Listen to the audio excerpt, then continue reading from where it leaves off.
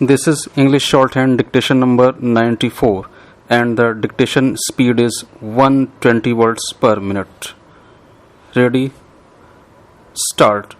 Honorable Speaker Sir, Article 123 of the Constitution of India, which provides for the power to promulgate ordinances during recess of Parliament, has certain very specific trigger phrases, and these trigger phrases need to be activated in order to shift the burden of lawmaking from the legislative institutions to the executive.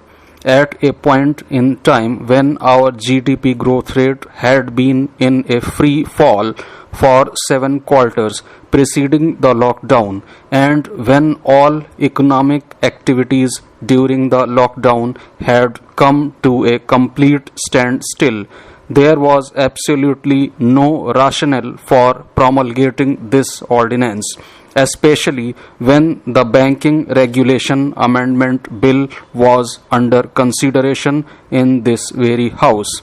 The more appropriate way for the Honorable Finance Minister would have been to withdraw the bill when this session commenced, and she could have brought another bill with all the necessary amendments for the consideration of this House. This resort to the ordinance route in order to make laws is something which undermines the majesty of the Parliament, and it only exacerbates the attack on our legislative institutions. My second point is that this particular ordinance falls foul of Article 123 of the Constitution of India also. The objective of this ordinance is to bring district cooperative banks and urban cooperative banks under the control and supervision of the Reserve Bank of India. However, this particular ordinance falls foul of entry 32 in the state list.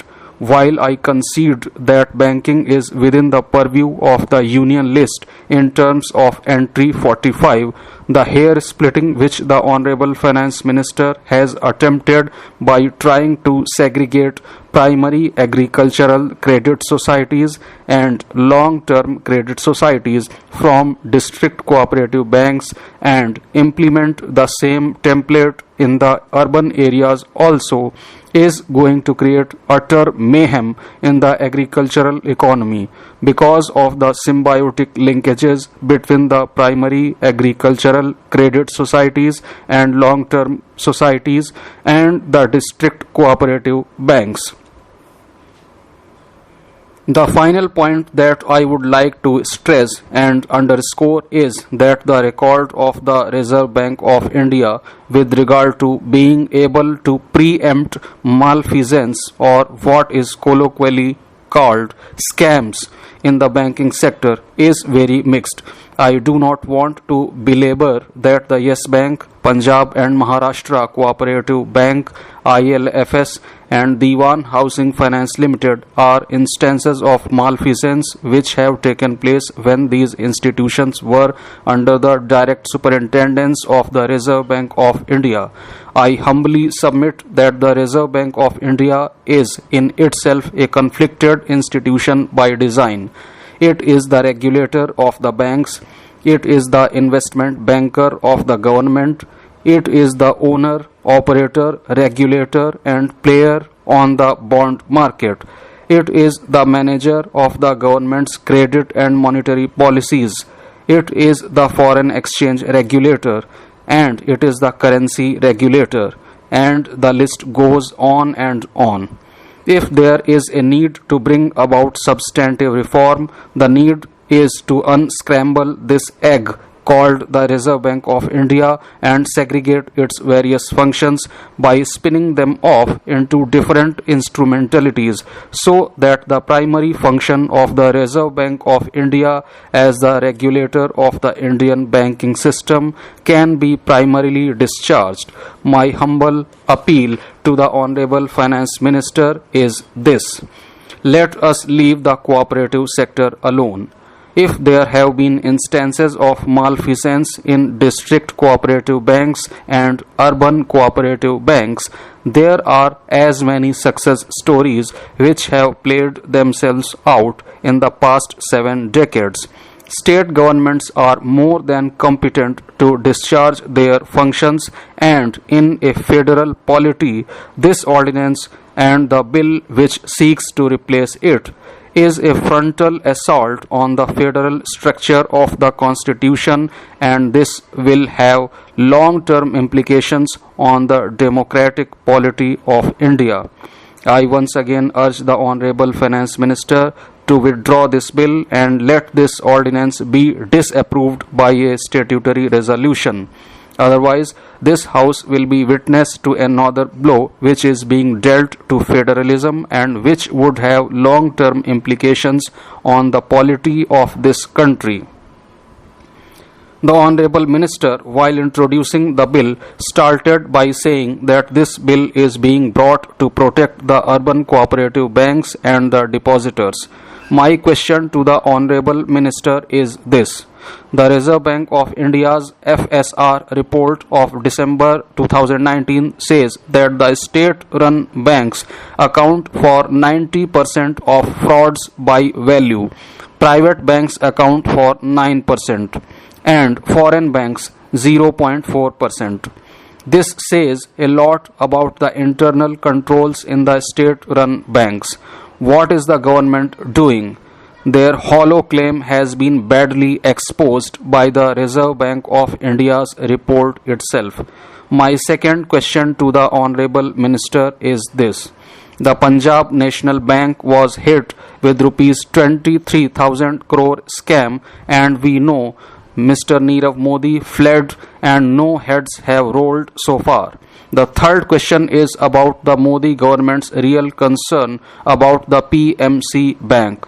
When it came to Yes Bank, the State Bank of India immediately infused funds into Yes Bank. Why is this stepmotherly treatment there for PMC? 60 people have committed suicide.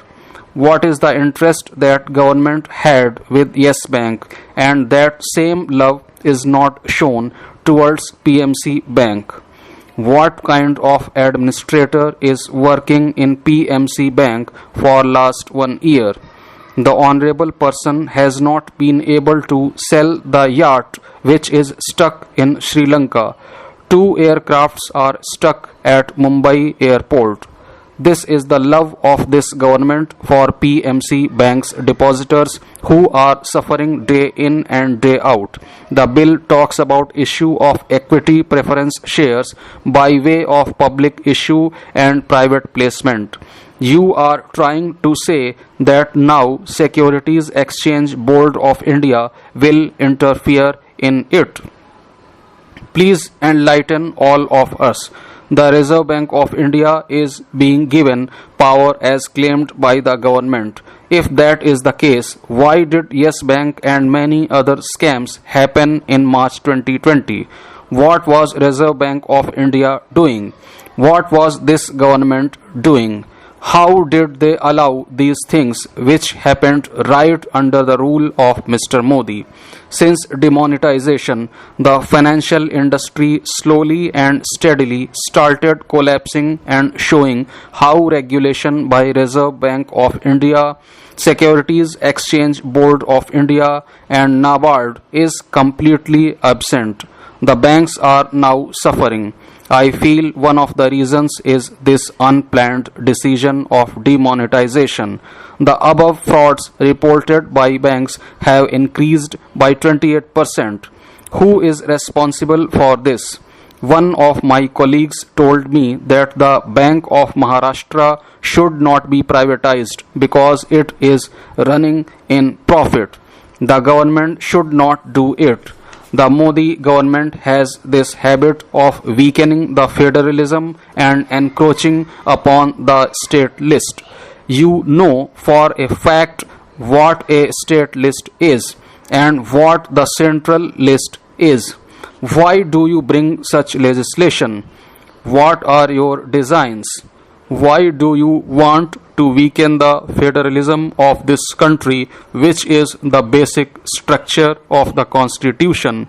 My last point is about the proportional voting rights. If they buy equity shares in cooperative society, it is a known fact that one member has one vote.